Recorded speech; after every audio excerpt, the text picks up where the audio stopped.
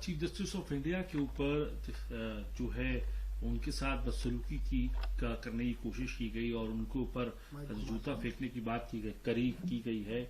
और जो शब्द जो वकील है उन्होंने कहे कि हम सनातन का जो अपमान करेगा उनके साथ हम इस तरीके की चीजें करेंगे, उसको कैसे देखते हैं? ये सोच से भी ऊपर है कि इस देश की उच्चतम न्यायालय में जो सबसे वरिष्ठ जज हैं, the chief justice of India के ऊपर एक सिरफिरा वकील आएगा, नारा लगाएगा और जूता फेंकने की कोशिश करेगा।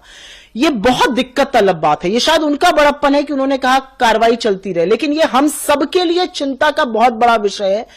देश की सबसे बड़ी न्याय की अदालत, जहां पर जब आदमी हर जगह से परेशान हो जाता है तो सुप्रीम कोर्ट का रुख करता है, वहां पर चीफ जस्टिस के ऊपर एक आदमी जूता चलाने की हिमाकत कर रहा है। और असलियत यह है कि ये इसका होना शायद इसलिए हो रहा है क्योंकि वो दलित समाज से आते हैं। मुझे कहने में कोई गुरेज नहीं है। रायबरेली में एक दलित को पीट पीट के मार दिया जाता है, अराजकता तो अपने आपको बाबा का आदमी बताते हैं, यहां पर एक दलित चीफ जस्टिस के ऊपर इतना बड़ा अटैक होता है। और आप जो इकोसिस्टम है बीजेपी का, जो बीजेपी की ट्रोल आर्मी है, देखिए किस तरह से वो हिंसा और भड़काने की बात कर रहे हैं। इसको चटकारे लेकर बताया जा रहा है, उस आदमी को हीरो बनाया जा रहा है। मुझे लगता है ये बहुत दिक्कत तलब है। इसकी जितनी बुराई, जितनी निंदा की जाए कम है।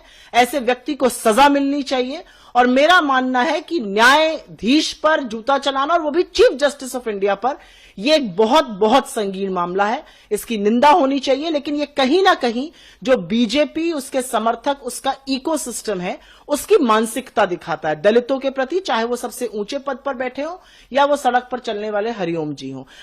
इस देश को इस कगार पे लाने का काम नरेंद्र मोदी जी ने किया है। ये पागलपन है, ये ज़ॉम्बीज बनाने का काम इस देश को किया गया है।